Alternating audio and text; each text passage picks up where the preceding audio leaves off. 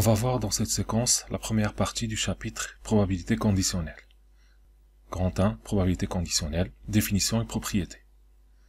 Donc soit deux événements A et B de l'univers oméga, tels que P de A différent de 0. Donc P de A différent de 0, ça veut dire qu'il faut que P soit réalisable. La probabilité que B soit réalisée sachant que A est réalisé est appelée probabilité conditionnelle de B sachant A. On va toujours la noter, P de B indice A. Comment on calcule cette probabilité? Donc on a P de B sachant A est égal à P de A inter B divisé par P de A. Concrètement, ça correspond à quoi? Donc imaginons, on a l'univers oméga. Donc on a un événement A et un événement B. Donc ici, on a l'événement A inter B, c'est-à-dire les éléments qui sont dans A et dans B en même temps. Donc la probabilité de B sachant A correspond à la part de B dans A. Donc la proportion de B qui se trouve dans l'événement A. Donc en fait ça correspond à cette proportion, donc cette partie verte par rapport à l'événement A. Donc ce qui correspond à P de A inter B divisé par P de A. Donc ça correspond au nombre d'éléments communs à A et B divisé par le nombre d'éléments de A. Donc voilà pour la probabilité conditionnelle. Passons maintenant à un exemple. Donc ici, on a parmi les élèves d'une classe de première spécialité maths, on a 70% qui pratiquent un sport et 40% qui pratiquent une autre activité. On a aussi 10% qui pratiquent les deux. Donc on choisit au hasard un élève de la classe et on considère les événements suivants. Donc on a l'événement S qui correspond à l'élève choisi pratique un sport, l'événement A qui correspond à l'élève choisi pratique une autre activité.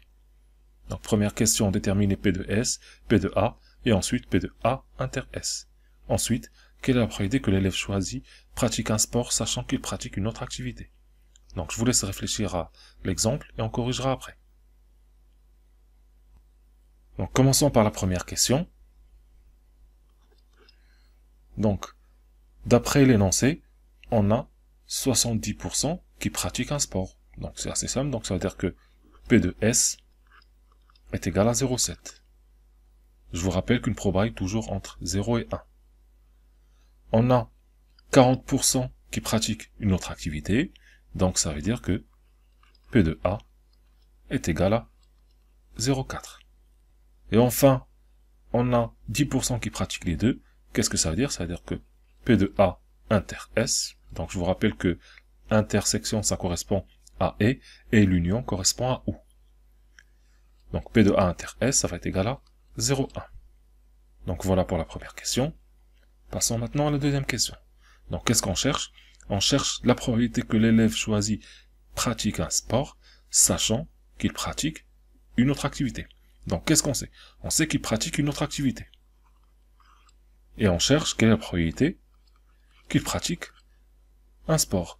Donc ça correspond à P de S, sachant A. Donc ce que je sais comme information, c'est toujours l'indice. Donc P de S, sachant A, ça va être égal à P de A inter S divisé par P de A. Donc ce qui correspond à 0,1 divisé par 0,4. Ce qui fait 0,25. Donc voilà pour cette question. Passons maintenant à quelques propriétés. Donc, soit A et B deux événements tels que P de A est différent de 0. On a la probabilité de B sachant A est toujours entre 0 et 1.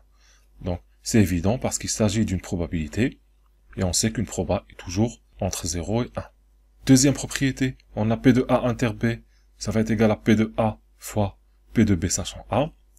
Donc c'est très simple, on sait que P de B sachant A c'est égal à P de A inter P divisé par P de A.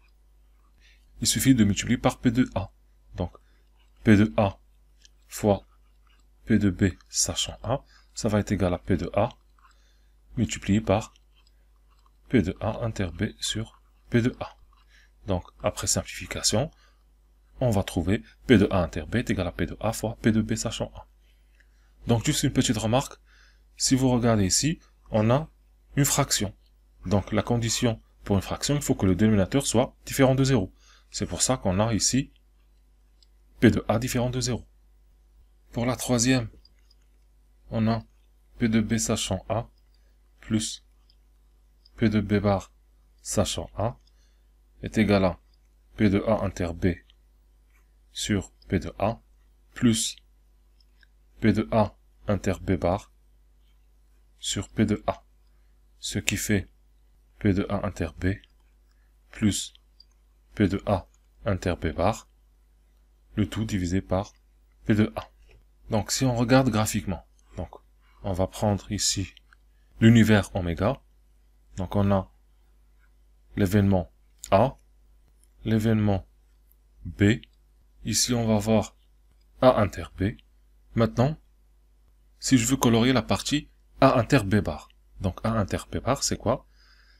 C'est tous les éléments qui se trouvent dans A et qui ne se trouvent pas dans B. Donc ça va correspondre à tout ce qui se trouve dans A mais qui n'est pas dans B. Donc je vais prendre juste cette partie-là. Donc la partie verte, ça correspond à A inter B bar. Donc maintenant, P de A inter B plus P de A inter B bar. Donc ça correspond à la partie verte plus la partie bleue. Donc ce qui correspond à P de A. Ce qui donne P de A sur P de A. Ce qui fait 1. Et voilà pour la démonstration. Passons maintenant à la deuxième partie. Tableau à double entrée. Un tableau à double entrée permet de déterminer des probabilités conditionnelles. Donc la probabilité de l'événement A inter B se situe à l'intersection de la ligne A et la colonne B. Parce qu'ici on a les événements A et A bar sont sur les lignes et B et B bar sur les colonnes. Donc ici, qu'est-ce que je vais avoir? Je vais avoir P de A inter B dans cette case. Ici, ça va être P de A inter B bar. Ici, ça va être la somme.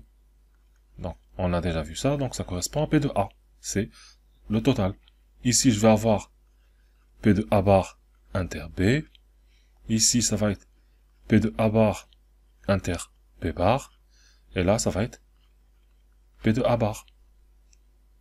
Donc ici, la somme, ça va être P de B, c'est le total de l'événement B. Ici, ça va être P de B bar. Et si je fais la somme P de A plus P de A bar ou bien P de B plus P de B bar, ça va être 1. Donc, il faut maîtriser ce tableau-là. Il faut savoir dans chaque case qu'est-ce qu'il faut mettre comme probabilité. Donc, pour cela, on va faire l'exemple 2. J'ai repris le même exemple que la première partie, mais on peut le faire de notre manière, en utilisant un tableau à double entrée. Donc, on a le même énoncé. Donc, je vous laisse compléter le tableau et répondre à la question 2. Donc, d'après l'énoncé, on a P de S est égal à 0,7. Donc, le total ici, P de S, ça va être 0,7. On a P de A est égal à 0,4. Donc, ça correspond à cette case-là. 0,4. Je sais que le total est toujours 1. Et qu'est-ce qu'on a comme dernière information? P de A inter S est égal à 0,1. Donc, déjà, j'ai complété la moitié du tableau à partir de l'énoncé. Maintenant, il suffit juste de compléter en utilisant les additions et les soustractions. Donc ici, j'ai 0,1 et 0,4. Donc ici, je vais avoir 0,3. Ici, je vais avoir 0,6 parce que ça fait 0,7 moins 0,1. Ici, je vais avoir 1 moins 0,7, ce qui fait 0,3. Ici, 0,3, donc ici, je vais avoir 0. Et enfin, 0,6 pour cette case. Maintenant, la question 2, on nous demande de calculer la probabilité que l'élève choisi pratique une autre activité, sachant qu'il pratique un sport. Donc, qu'est-ce que je sais? Je sais qu'il pratique un sport. Donc, ça va être P indice S. Et je cherche la probabilité qu'il pratique une activité. Donc, ça correspond à P de A, sachant S. Donc, qu'est-ce que je sais? Je sais qu'il pratique du sport. Donc, je suis dans cette colonne-là. Donc, je sais qu'il pratique du sport. Maintenant, je cherche quelle est la probabilité qu'il pratique une activité. Donc, ça correspond à cette proportion. Donc, ça fait 0,1 divisé par 0,7, ce qui fait 1 sur 7.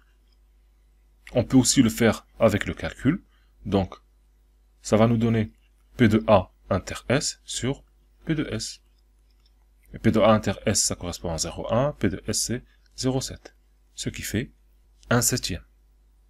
Et voilà pour cette partie.